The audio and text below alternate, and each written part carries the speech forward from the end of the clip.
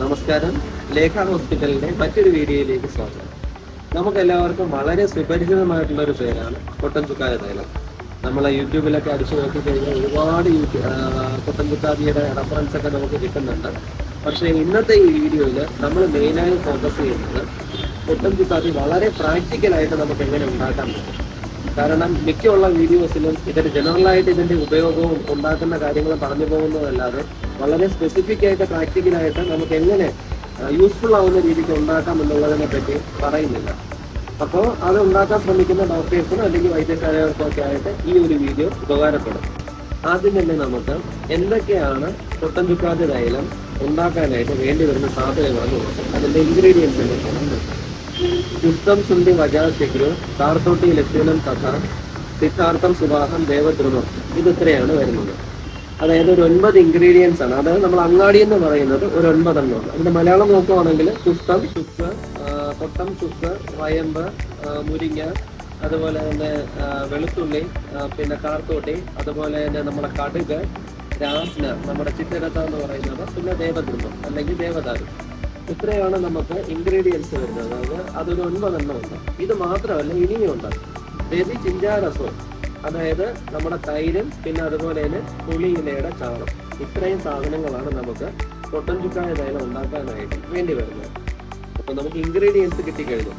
ഇനി വേണ്ടത് ഇത് എന്തൊക്കെ പ്രപ്പോർഷനിലാണ് എടുക്കേണ്ടത്. അവിടെയാണ് ഈ കൊട്ടൻ ചുക്കാതി തൈലത്തിന്റെയൊക്കെ ഒരു പ്രാധാന്യം വരുന്നത്. കാരണം അതിന്റെ യോഗം വരുന്നത് സഹസ്രയോഗത്തില് തൈലപ്രകരണത്തിലാണ് വരുന്നത്. പക്ഷെ അതില് ഈ ഇൻഗ്രീഡിയൻസും അതിന്റെ ഉപയോഗക്രമവും പറയുന്നതല്ലാതെ ഇത് ഓരോന്നും എത്രയാണ് എടുക്കേണ്ടത്, ഇപ്പൊ അങ്ങാടി എത്ര എടുക്കണം, അതല്ലെങ്കിൽ പിന്നെ ദ്രവദ്രവ്യങ്ങള്, അതായത് നമ്മുടെ തൈര്, പുളിച്ചാറില്ല, പുളിയുടെ ചാറ്, അതെത്രയാണ് എടുക്കേണ്ടത്, ഇതൊന്നും പറയുന്നില്ല.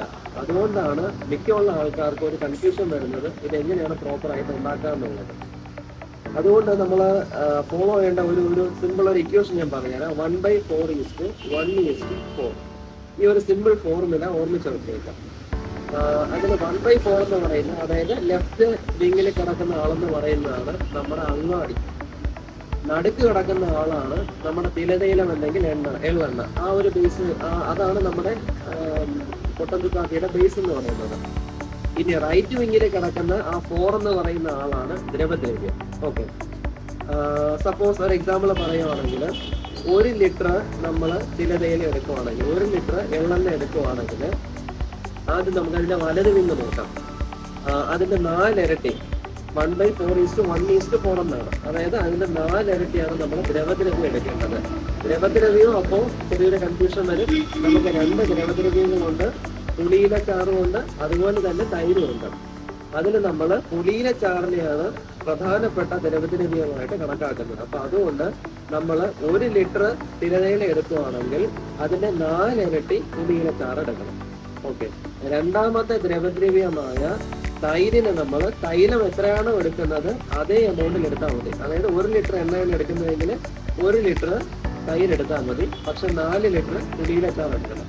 ഇനി നമ്മൾ അതിന്റെ ലെഫ്റ്റ് വിങ്ങിലോട്ട് വരുമ്പോൾ ഞാൻ ആദ്യം പറഞ്ഞതുപോലെ അതാണ് അതിന്റെ അങ്ങാടി എന്ന് പറയുന്നത്. അങ്ങാടി ഞാൻ ആദ്യം പറഞ്ഞു 9 അങ്ങാടിയാണ് കൊട്ടൻ ചുക്കാതിക്കുള്ളത്. ഈ 9 അങ്ങാടിയുടെയും കൂടെ വെയിറ്റ് ആണ് ഈ 1/4 എന്ന് പറയുന്നത്. അതായത് 1 ലിറ്റർ എണ്ണ എടുക്കുകയാണെങ്കിൽ അതിന്റെ 1/4, അതായത് ഏകദേശം ഒരു 250 കാൽഭാഗം 250 ഗ്രാം ആയിരിക്കും മുഴുവനായിട്ടുള്ള അങ്ങാടിയുടെ വെയിറ്റ് എന്ന് പറയുന്നത്. അപ്പോൾ 250 ഗ്രാം ഡിവൈഡഡ് ബൈ 9 എടുക്കുമ്പോൾ നമുക്ക് എത്രയാണോ കിട്ടുന്നത് ഏകദേശം അത്രയാണ് ഓരോന്നും എടുക്കേണ്ട അളവ്. ഓക്കെ, അങ്ങനെ ഈ 9 എണ്ണവും ഓരോന്നായിട്ട് അത്രയും അളവിൽ എടുക്കുക. 1 ലിറ്റർ എണ്ണ എടുക്കുക, അതിന്റെ 4 ഇരട്ടി പുളിയില ചാറ് എടുക്കുക, തൈലത്തിന്റെ അതേ അളവ് തന്നെ തൈരും എടുക്കുക. ഇനി ഇത് ഉണ്ടാക്കേണ്ട രീതി, ആദ്യം നമ്മൾ എണ്ണ ഒഴിക്കുന്നു. എണ്ണ ഒഴിച്ചതിന് ശേഷം നമ്മൾ ഇതിനെ കഴുക്കമാക്കുന്നു. പുളിയില ചാറിൽ തന്നെ നമ്മൾ ഇതിനെ കഴുക്കമാക്കുന്നു. പിന്നെ നമ്മൾ സാധാരണ വെള്ളത്തിൽ അരച്ചാലും കുഴപ്പമില്ല, എന്നിരുന്നാലും പുളിയില ചാറാണ് കുറച്ചുകൂടെ നല്ലത്. ആ പുളിയില ചാറിന്റെ സ്വരസത്തിൽ നമ്മൾ അരച്ച് നല്ല ഫൈൻ പൗഡറാക്കി വെച്ചേക്കുന്ന കൽക്കം, അതിനെ കൽക്കമാക്കുന്നു. അങ്ങാടി മരുന്നിന് കൽക്കമാക്കുന്നു, അരച്ച് പേസ്റ്റ് ആക്കുന്നു. പേസ്റ്റ് ആക്കിയതിന് ശേഷം നമ്മൾ ഈ തിലതൈലത്തിൽ ചേർക്കുന്നു. എന്നിട്ട് നമ്മൾ 4 ഇരട്ടി പുളിയില ചാറ് കൂടെ ചേർക്കുന്നു. എന്നിട്ട് നമ്മൾ അതിനെ കുക്ക് ചെയ്യാൻ ആരംഭിക്കുന്നു. കുക്ക് ചെയ്ത് ഏകദേശം നമ്മൾ ഈ എണ്ണ ഉണ്ടാക്കുന്നവർക്ക് അറിയാമായിരിക്കും അതിൻ്റെ ഒരു ചെളിപ്പരുവമൊക്കെ ആകുന്നതിന് തൊട്ട് മുന്നേ ഉള്ള ഒരു സ്റ്റേജിൽ നമ്മൾ തൈര് ആഡ് ചെയ്ത് കൊടുക്കുന്നു. തൈര് ആദ്യമേ ആഡ് ചെയ്യണമെന്നില്ല. തൈര് അവസാനത്തെ ആ ഒരു പാകം മാറി വരുന്ന സമയത്തേക്ക് ആഡ് ചെയ്താലും മതി. അതിനുശേഷം അതിനെ വീണ്ടും നമ്മൾ കുറുക്കി എടുക്കുന്നു. എത്രയും നല്ല കടഭാഗത്ത് എടുക്കാൻ പറ്റുന്നു, അതായത് നല്ല മണൽത്തരി പോലെ കൽക്കം മാറി വരുന്നൊരവസ്ഥ.